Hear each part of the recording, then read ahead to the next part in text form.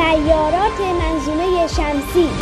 سلام، من زهرا یوسفی هستم. میخوام درباره منظومات شمسی به شما اطلاعاتی بدم.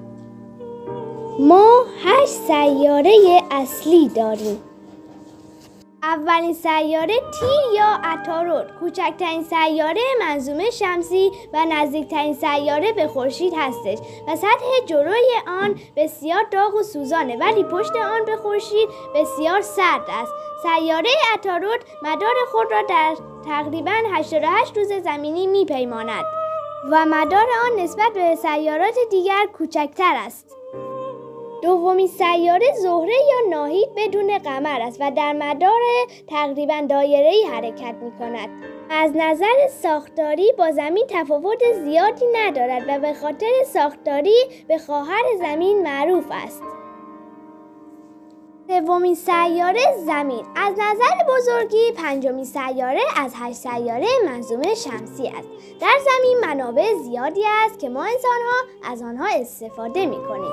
زمین جایی است که در آن تنفس برای انسان‌ها است و زمین می‌تواند در 365 روز مدار خود را کامل کند.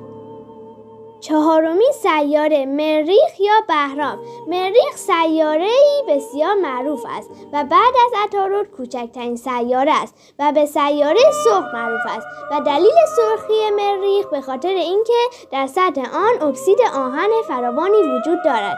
مریخ سیاره‌ای سرد و بیابانی است.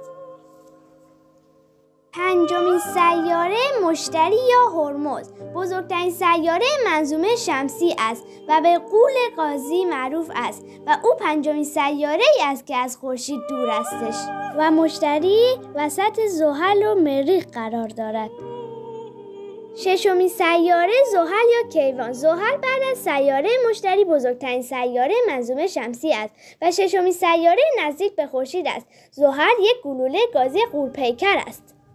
هفتمین سیاره اورانوس 27 ماه طبیعی دارد. این سیاره فقط با تلسکوپ دیده می شود و هفتمین سیاره نزدیک به خورشید است. هشتمین سیاره نپتون بزرگترین منبع گازی است و هشتمین سیاره نزدیک به خورشید است و از سیاره اورانوس کوچکتر است و 17 برابر زمین بزرگتر است. نپتون در مدت 16 ساعت و 7 دقیقه به دور خود و به مدت 165 سال زمینی به دور خورشید می‌چرخد. سیاره خورشید. همه سیارات منظومه شمسی به دور خورشید میچرخند. خورشید از 8 سیاره اصلی بزرگتر است.